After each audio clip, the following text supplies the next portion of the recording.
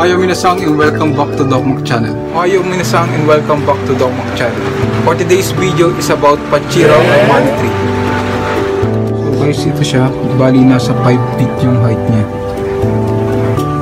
So sa mga may money tree or Pachira na gusto nilang maging miniature or bonsai yung Pachira nila, so this video is for you. Please watch this.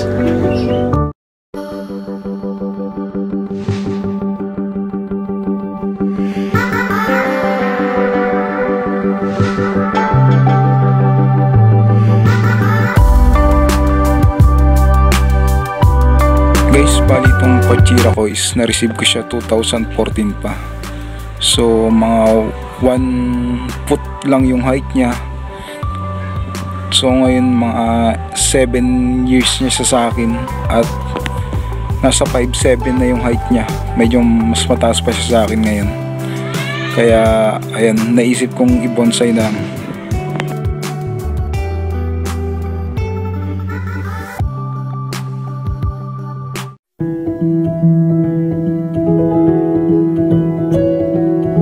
So guys, yung first step natin is ikakat natin siya sa gusto nating height para magmukha siyang bonsai or miniature. So dito sa itaas, ito, yan, dito yung ikakat ko. So kasi may mga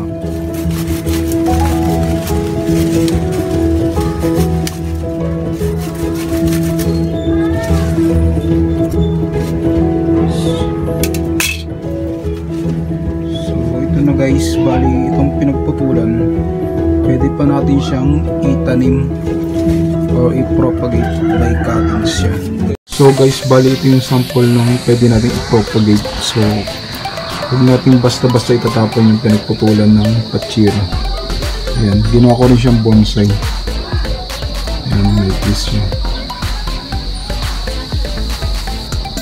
Na-cut na natin siya sa gusto nating height. Ayan. So next step na natin is yung pagre-repat. Una na natin yung pagre-repat. So kailangan natin ito pupukin para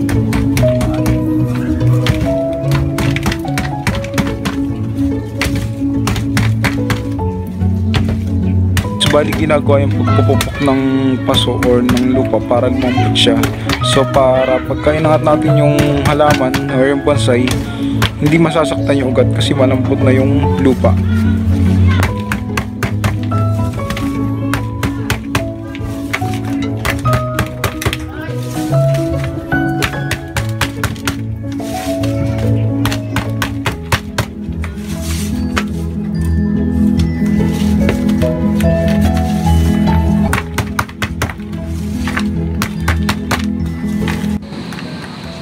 So after na mahabang pukpukan na yan, kailangan natin tanggalin yung mga lupa para makita natin yung ugat.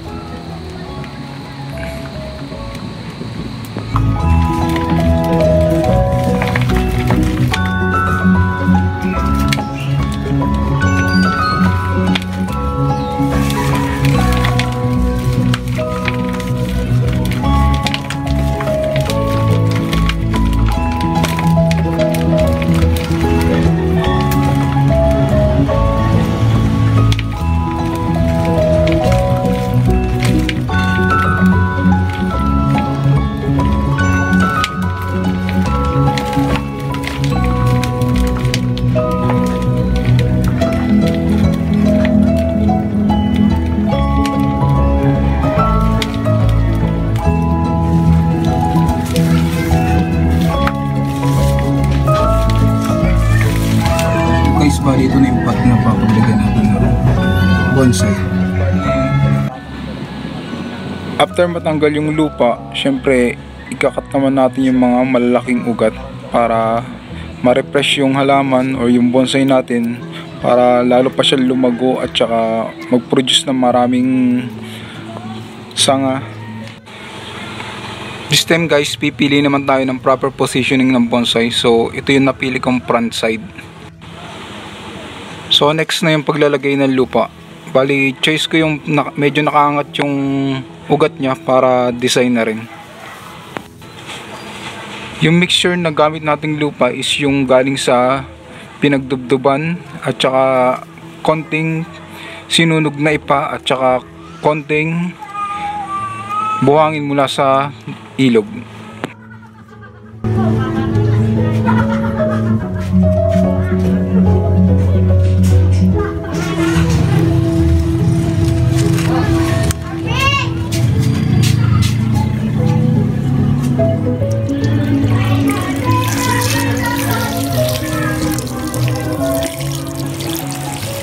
After ng paglalagay ng lupa, syempre kailangan natin diligan. So ito na yung final result.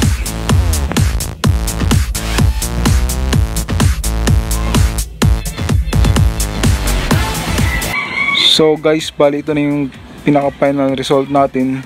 Ang style na ginawa ko, inangat kong konti para nakalitaw yung mga dating ugat niya o yung pinakamatandang ugat niya. Ayan. Pati yung pinakadulot tinirintas ko rin. And then yung mga dahon binawasan kong konti para lalo pa siya lumago. Tsaka madali siya makapag-adjust from repotting.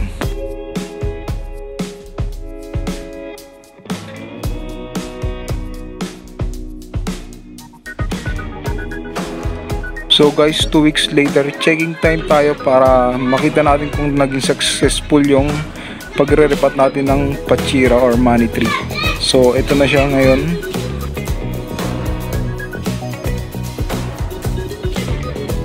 So yun lang guys, thank you for watching. Sana kung nagustuhan nyo itong video na to, don't forget to like, share, and subscribe para maging updated ka pa sa mga bagong bonsai na gagawin natin at saka bagong learnings. Thank you.